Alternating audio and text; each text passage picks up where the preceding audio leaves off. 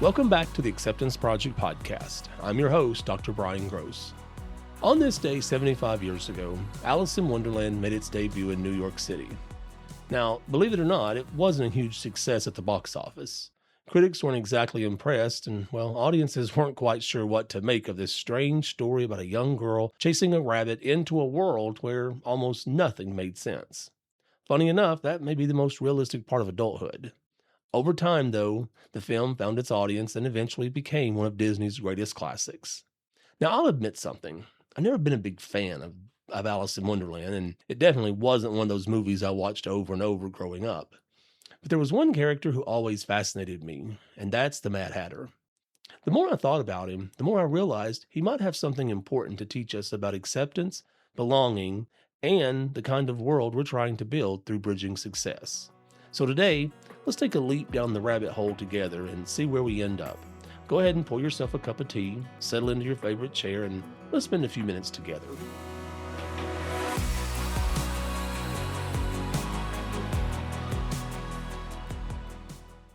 Let's start with the Mad Hatter himself. Lewis Carroll introduced him in Alice's Adventures in Wonderland back in 1865, and Disney later brought him to life in the animated film many of us know today. He's loud, unpredictable, and asks questions that don't seem to have answers.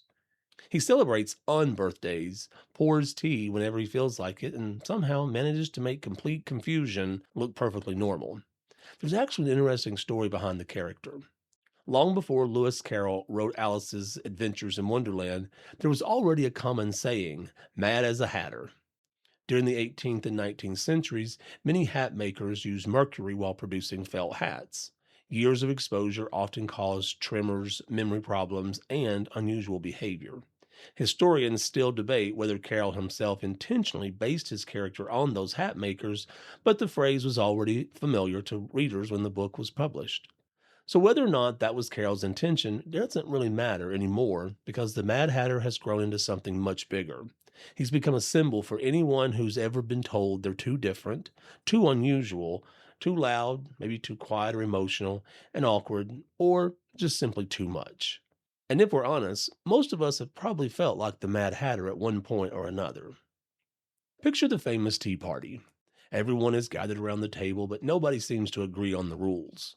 Time has stopped. Conversations bounce from one idea to another without warning. Logic seems to have wandered off somewhere else entirely. At first glance, it's complete chaos. But underneath all that chaos is something amazing. The Mad Hatter isn't trying to become someone else just to make everyone around him comfortable. He's simply being himself in a world that constantly expects him to change. He may be one of the most misunderstood characters in literature, which is exactly why he fits so naturally into the heart of bridging success and here at the Acceptance Project podcast. Most people stop at the label mad. They don't ask why. They don't wonder what happened. They simply decide he doesn't belong with everyone else. And that reminds me of the work we do through Bridging Success. Our goal has never been to make people fit someone else's idea of normal. It's never been about forcing people to sit properly at the table. It's about building a better table. It's about creating schools, workplaces, families, and even communities where people don't have to earn belonging before they're welcomed, where differences aren't viewed as problems to solve, but as strengths to appreciate. Maybe the question isn't, how do we help the Mad Hatter fit in? Maybe the better question is, how do we build a world where even he never has to wonder if he belongs? So what can this eccentric man in a tall so what can this eccentric man in a tall hat actually teach us about building communities where people truly belong? As I spent time thinking about the Mad Hatter, I realized he offers three, surprisingly, practical lessons. They aren't really about Wonderland at all. They're about us. They're about the choices we make every day in our homes, our schools, our workplaces, and our communities. The first lesson reminds us to celebrate people before they achieve something extraordinary. The second teaches us that the most meaningful conversations are rarely neat or comfortable. And the third, well, it challenges us to look beyond the labels we so quickly place on one another. Taken together, these three lessons point us toward the very heart of bridging success. They remind us that acceptance isn't something we talk about once in a while, it's something we practice every single day, often in the smallest moments that nobody else notices. So, let's begin with what might be my favorite lesson of them all. Lesson one is to celebrate the ordinary. Now, one of my favorite ideas from the Mad Hatter is the unbirthday. Instead of celebrating one birthday each year, he celebrates the other 364 days. Personally, I think that's a pretty good deal. Who wouldn't want cake a little more often? But underneath the humor is something much deeper. We spend so much of our lives waiting for milestones before we celebrate people: birthdays, promotions, graduations, awards, or big accomplishments. Why can't we agree that people deserve to feel seen on ordinary Tuesdays? What if belonging wasn't something we handed out only after someone proved themselves? That's one of the messages behind bridging success. Acceptance isn't reserved for a special occasion. It's something we practice every single day through small moments: a smile, an invitation, sitting beside someone who's alone, asking someone how they're really doing, and actually waiting for the answer. Those moments rarely make headlines, but they often change lives. As I was researching and writing this episode, I thought about a very dear aunt of mine. Her name was Dorsey Caudle. She was more like a grandmother to most of us, and even though she never had kids of her own, she claimed everyone as her own. She had a unique way of making everyone feel like they were the most special person. She would randomly show up at my office years ago with cookies or small gifts she found along the way, and it was what she called a happy day gift. It didn't have to be your birthday, didn't have to be any special occasion. It was just a way of her saying, I thought of you when I saw this, and I hope you have a happy day. I still carry this tradition on with friends and family today. Small gestures make lasting impressions, and you never know how it changes someone's life. Now, lesson two is the real conversations are messy. The Tea Party is anything but organized. People interrupt one another, they misunderstand one another, they ask strange questions that seem to come out of nowhere. One minute they're talking about tea, and the next they're debating riddles that don't even have answers. Nothing follows a script, and somehow the conversation keeps moving anyway. Honestly, that sounds a lot like the conversations we have about bullying, belonging, mental health, diversity, or even acceptance. We often avoid those conversations because we're afraid of saying the wrong thing. We worry we'll offend someone. We wonder if we'll have the perfect words or the perfect response. So instead of risking an awkward moment, we just choose silence. But silence has never built understanding. Real conversations aren't polished, they're rarely neat. Sometimes we stumble over our words. Sometimes we ask questions that don't come out quite right, and sometimes we realize we've been carrying assumptions we didn't even know we had. Sometimes we have to admit we're wrong. And more often than not, the most meaningful thing we can do isn't speak at all. It's just simply listen. Listening is one of the greatest gifts we can offer another person because it says, your story matters, and I'm willing to stay here long enough to hear it. When someone shares their experience with bullying, loneliness, grief, anxiety, discrimination, or just simply feeling like they don't belong, our first responsibility isn't to fix them. It isn't to compare their story to ours or explain why they shouldn't feel that way. Our first responsibility is to make space for their story. That's where understanding begins. People rarely expect us to have all the answers. More often, they just hope someone cares enough to listen. I've learned something over the years, both in the classroom and through the work we do at Bridging Success. People don't expect perfection, they expect authenticity. They don't need someone who always has the right answers. They need someone who's willing to stay in the conversation, even when it's uncomfortable. The easiest thing to do when a conversation becomes difficult is to walk away. The harder and far more meaningful choice is to pull up another chair, pour another cup of tea, and keep talking. Progress doesn't always happen because conversations are perfect. Progress happens because people are willing to stay at the table long enough to understand one another. That's exactly what bridging success is all about. We don't promise perfect conversations because perfect conversations don't exist. We create spaces where honest conversations can happen. Spaces where questions are welcome, people feel safe enough to admit they don't know everything, and where differences aren't viewed as threats but as opportunities to learn from one another. Because every lasting relationship, every healthy workplace, every welcoming school, or every stronger community begins the very same way. It begins when two people decide that the conversation is far more important than being right, and they choose to stay at the table. Now, lesson three is look beyond the label.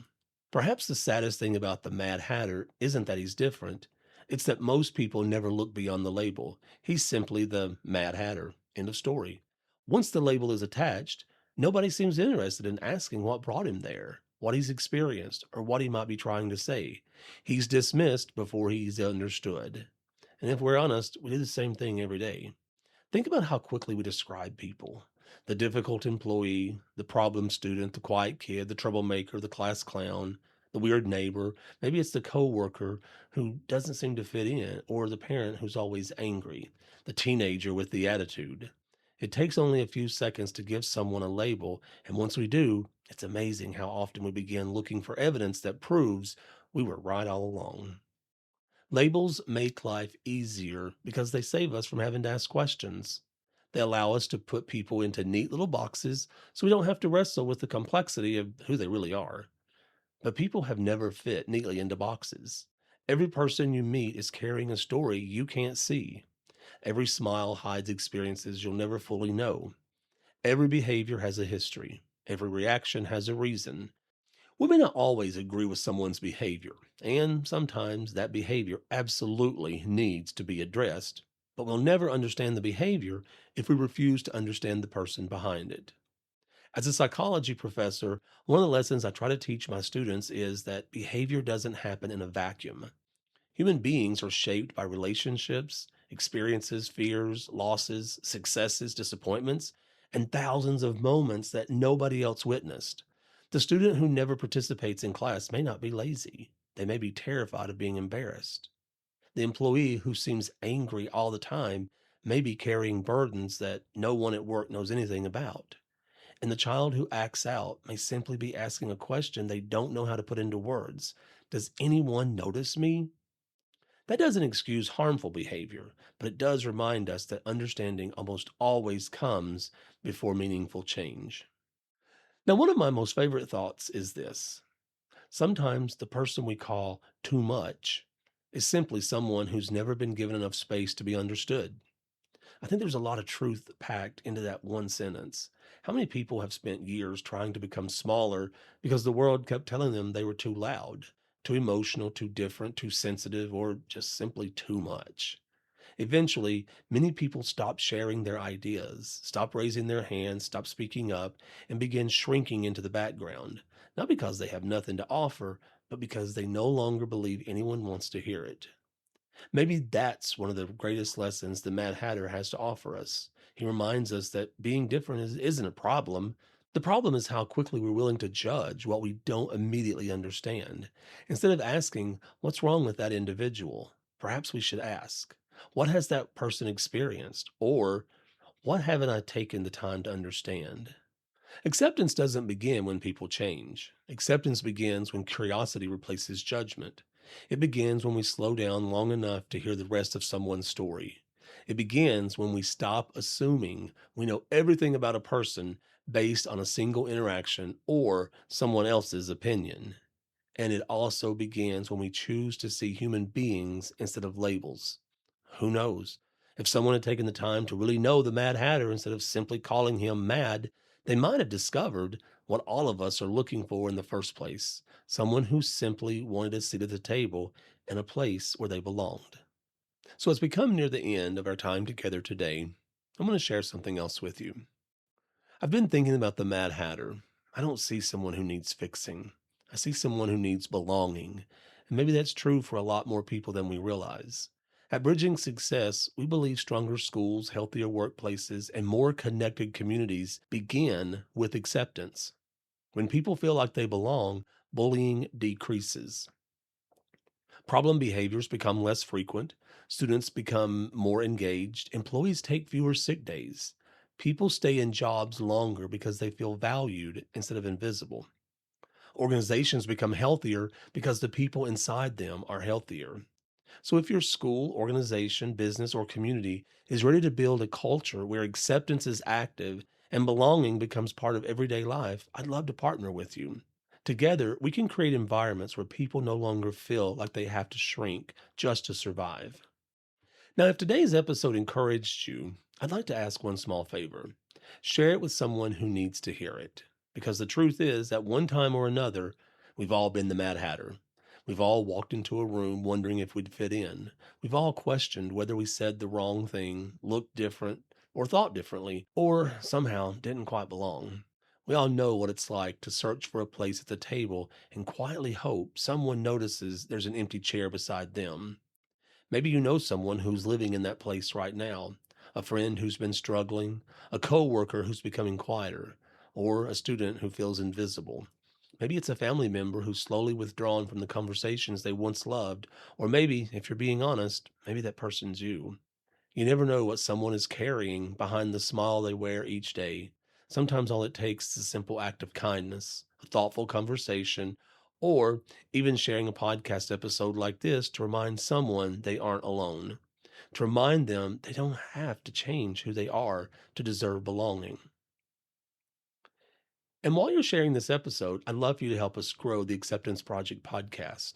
Follow the show wherever you listen to podcasts, leave a rating or a review, and tell others about what we're building together. Every share helps this message reach someone who may desperately need to hear that they too matter. Real change rarely begins with a grand gesture. More often, it begins with one person reaching out to another and saying, "There's room for you here."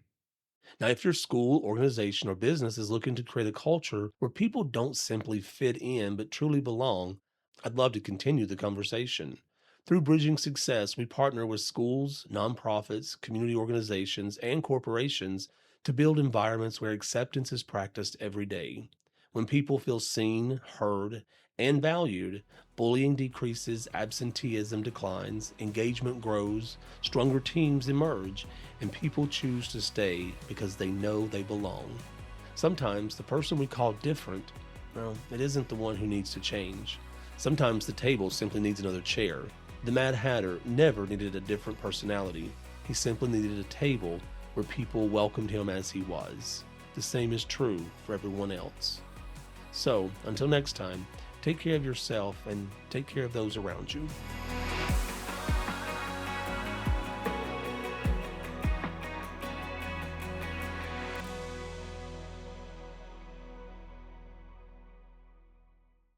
The Acceptance Project podcast is a production of Bridging Success, LLC. To learn more about the podcast and our work, please visit bridgingsuccess.com. This podcast and its contents are for educational, informational, and entertainment purposes only. I'm Dr. Bryan Gross, but I'm not a licensed therapist. The topics and opinions shared by me and any guests are our own and should not replace professional or medical advice. If you're seeking mental health support, medical guidance, or help with personal matters, please reach out to a licensed professional who can provide the individual support you need.